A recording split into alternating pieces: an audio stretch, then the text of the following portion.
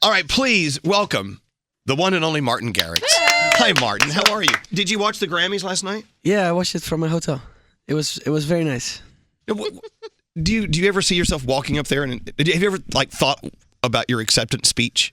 If ever, I have no idea. But my favorite acceptance speech was the one from 21 Pilots. Yeah. For me, the moment they said, 5 years ago, we're watching the Grammys in our underwear. We're like, maybe one day, if we receive a Grammy, we'll pick it up in our underwear. And I thought it was the coolest thing ever. Why not? What were you wearing last night when you were watching the Grammys in the hotel I was actually in my underwear as well. There you go. There you go. Celebrating with 21 Pilots. Yes. Continue the trend. What you do for a living? I'm in awe of what you do for a living. I hope you still are. Do you still love what you do? I love it every single day. I mean, it's a lot of work. I mean, you're on the road nonstop. It's fun. I get to make people happy, doing what makes me happy. So for me, just seeing people smile, it's really makes me happy. And you're not even doing anything and we're smiling. I mean, you are doing something. You're here. Great. We appreciate you being here. You love Tiesto. I love Tiesto. Yeah. There's something about Tiesto. He's just like the original. I don't know how to explain it. He's a legend. He's incredible. I mean, do you look up to him? Do you talk to him? Do you ask him for advice, or does he ever ask you for stuff, or do you work with him? Am I asking too many questions? No, no. Chester and I started making music because of him, and I fell in love with electronic music because of him, because I saw him perform at the Olympics, and from that moment, he's been like a mentor to me. He's like helped me, give me a lot of advice. I can send him new songs. He would give me feedback, and I got the chance to work with him in the studio, learn a lot from him. So, it's very, very unreal. If you're just turning us on, Martin Garrix is here. Of course, we're going to play "Scared to Be Lonely" in a minute. Fantastic single. But you know what you do, and I love what DJs. DJ, is that your official? What are you? I'm a computer nerd. Computer nerd. I make music. You're an artist, an electronic artist, you could say. No, you hate that too? No, I love it. You can call me what you want me to. There's a big difference between DJing and producing. When I'm in the studio, I'm a producer. I write music, I write lyrics, I write melodies, I program the sounds. And when I'm on stage, I DJ the songs which are already made in the studio. So it's two different terms. Yeah, I mean, I want to talk about your performance in just a second, because it's not as easy as you might think. You don't just show up and push a button. There's more to it than that, a lot. But what, for the lack of a better term, EDM, what you do for a living is so great about is it's a universal thing. It's a global thing. Everybody understands it. Yeah. I mean, it brings people together. Yeah, I mean, when I think of what you do for a living, Martin, it's global. I see the planet Earth. I mean, it's not just people in California, people in London, people in New York. You're everywhere. And your audiences are everywhere. It must freak you out when you travel to these insane places and they're like, oh my God, Martin Garrix. It feels very unreal. And still every day I pinch myself. But I've been to some places around the world where I didn't even know people were listening to electronic music. And we've been doing super fun shows. And I just love doing shows and love meeting fans, seeing fans, and having a good time.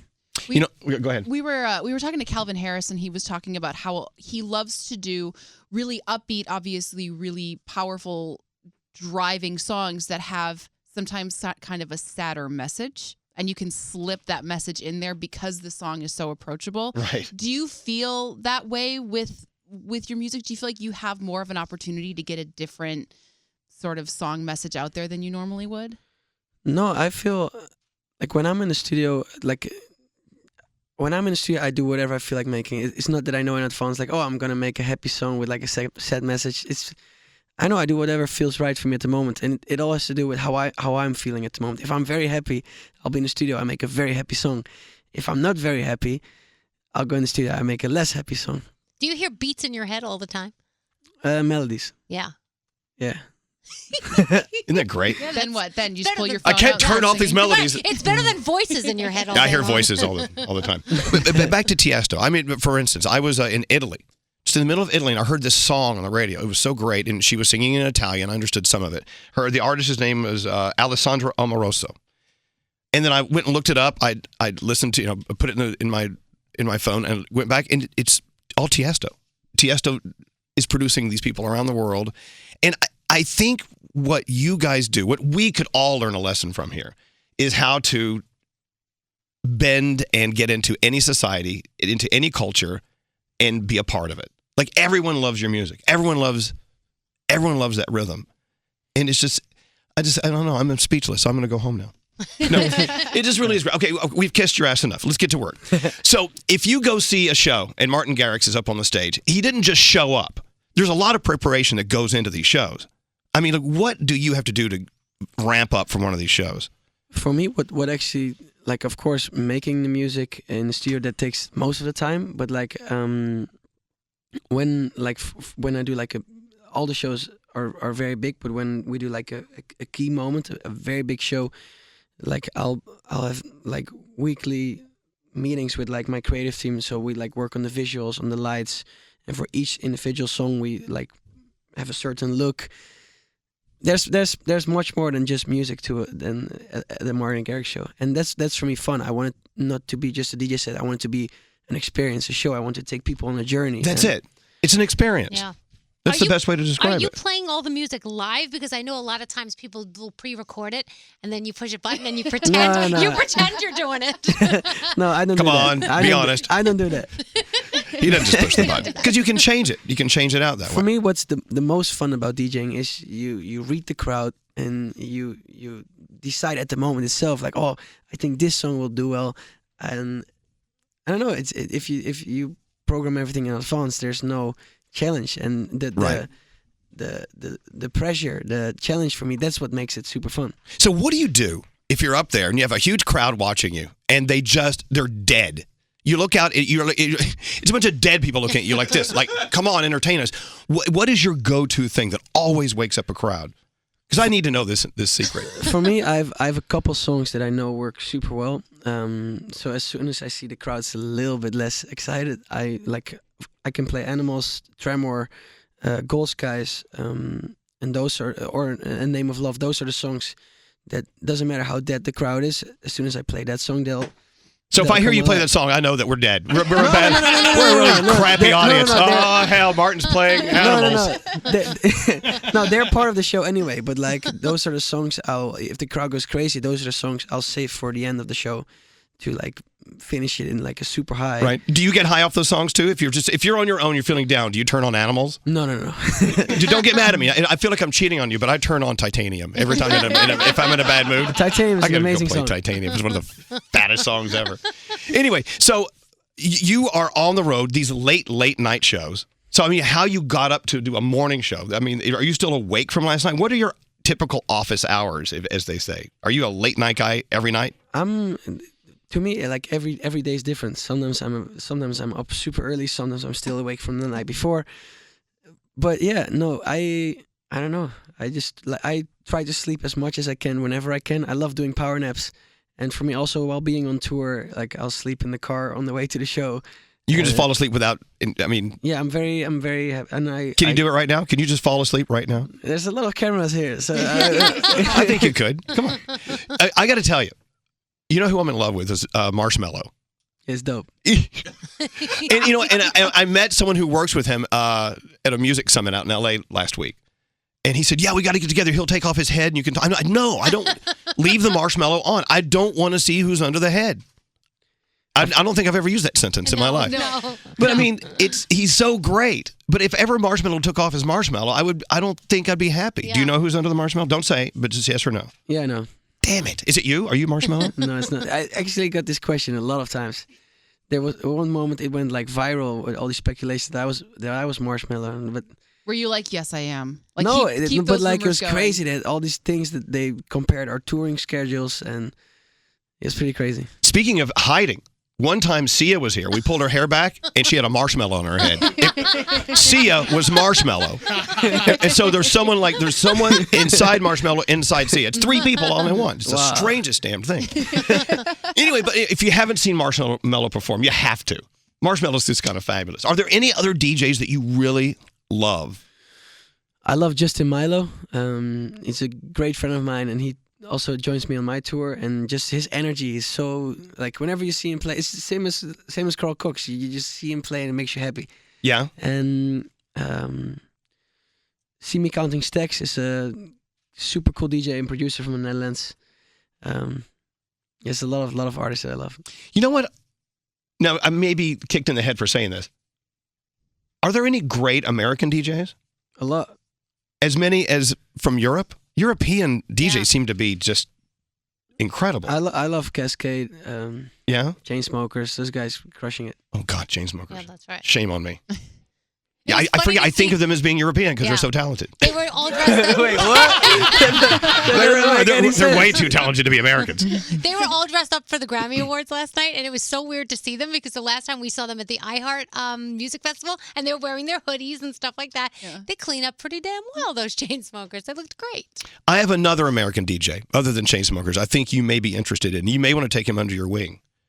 Have you heard of GT46? Oh, This is GT46 at the end. The guy down there. This What's is up? GT. Martin Hello, Garrix. hello, Martin Martin. Garrix. GT. Hello, Nice to meet Martin. you. How are you? Martin. Hello, Martin.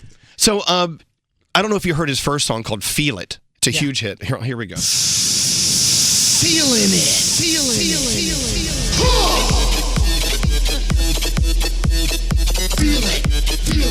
All right. He has a follow-up. Maybe you can borrow Any it. pointers you can give me? No, you can. You actually just you can rip him off, sample him, and you're gonna really take it to the stars. Happiness This is is called dead. Euphoria. Happiness is dead. Happiness is dead. Happiness is dead. You're not happy anymore, but you will be. Open your heart. That's the dumbest crap I've ever heard in my life. You just Are you can't cut really? off You're, right there. I'm talking to Martin Garrix over here, and you're bringing this crap in here. It's building. It's building. Get out of here. Get out of here. It's an amazing. Get out of my studio. It's I'm building. so sorry. If he samples it, you know what? That's you didn't let the beat drop. trouble. Okay, enough of that. I'm so sorry. We wasted your No, time. no, it's all No. Goodness. Look, Martin, he's I- taking off I his like the headphones. He's melody. leaving. he's No, so confused. He's like, what the hell is that I crap? like the melody. I just wasn't a fan of the lyrics. Yeah. I mean, those were moaning in kind the of sad. background. What were those lyrics again? Euphoria. No. The No, it lyrics said were, happiness is dead. Or something. happiness is dead. Well, because happiness is dead, and then it builds, and then it grows, and then you enter euphoria, and then you're Get out so of my happy. studio. And Get then out. It's like, You didn't Please get let me that talk part. to our guest. We're being very rude. I'm telling you. So, let's talk about Justin Bieber. You worked with Justin. Sampling. Get out of here. You worked with Justin Bieber on something recently, did you? Justin and I are just very good Oh, friends. you're good friends? And yeah, we love making music. So yeah, we just chilled in the studio. I love him, by the way. And look, Justin's career has been here and there. All through it, though, even when the public thing, persona was kind of a negative place for a while, and the press hated him, I never beat the guy up once. I still think he has a mountain of talent. Justin Bieber is one of the most talented guys ever. And so I would think that if you're Martin Garrix and you can be friends with a Justin Bieber or anyone in the studio or out of the studio you can be friends with, is it in the collaboration? Do you love collaborating with other people? I mean, what do you get out of that versus just doing something on your own? Just in general, I love collaborating with other people because it's two pairs of ears instead of one. And like I have this habit that whenever I'm stuck on a song, I'll start a new one and I forget about the old song. And the nice thing about collaborating is that whenever you're stuck, you send it to the other person. They do something. It's fresh air, It's like you're playing ping pong, Right. with ideas. And Do you prefer to work on your own or with someone else? What's your favorite out of the two? I like to make ideas just by myself in the studio. No, that's not true. I don't know. I love both. Both? I love being by myself and just vibing, but I also love starting something from scratch with someone else. But for me, what I like finishing a song, I don't want it with anyone else. I just want it to be just me in the studio and like nerd out, freak Right. out with like sound design and stuff. See, when I see Martin Garrix or anyone of his caliber, Yeah. which are very few, by the way, doing their thing, when you're doing your thing, I'm in awe because of the energy, because you're making us happy. I mean, but do you consider yourself just a computer nerd that has rhythm? I mean, what do you get tired of the praise sometimes? Do you see how great you are? Like we see how fantastic you are? I feel DJs are sometimes a little bit overpraised. What do you mean? No, like it's like rock stars almost. But for me, like I don't know, it's just weird. It's very weird. I make music because I love making music. It's a hobby of mine. I DJ because I love to DJ, and then all these crazy things happen. It's very weird. Do you ever sometimes wish you could just DJ doing music but just do it in your own little world, or do you love sharing it with the world? I love do sharing you, it with the world. Yeah, so you do get high off audiences. You get high off people that are having 100%. fun. If I'm on stage and I get so much adrenaline just from the crowd. If you see 5,000, 10,000, 50,000 people, or even 100 people just going crazy and have a good time, I get so much adrenaline and so much energy just from seeing people happy. Well, we get it from you, Yeah. and it's all reciprocal, isn't it? And you've worked with, I'm sure, lots of artists, and you'll continue to. But is there one artist out there that you're dying to get your hands on? Pharrell, I would love to work with Pharrell. 21 Pilots, I love their stuff. I think those two would be very cool, very interesting collaborations. Let me make a call for you. Yeah. Perfect. 21 Pilots, please. Get them on the phone. Hello? Well, look, Martin, thank you for coming in. Congratulations. Thanks for having me. And thank you. You actually know what you're doing. You're making people happy. And you see big smiles. And thank you. And please don't tell me, when the mics are off, don't tell me who Marshmello is. I don't want to know. Don't worry. It's our little secret. I forgot. I'm kind of sad that you know. I don't want anyone to know who my Marshmello is. It's like knowing who is under Mickey's head. You don't want to. There's someone under Mickey's head? No. This is such a There isn't. disappointing day for me. Martin Garrix, the single is Scared to Be Lonely. Here it is right now. Thanks for coming in, Martin. Thanks for having me.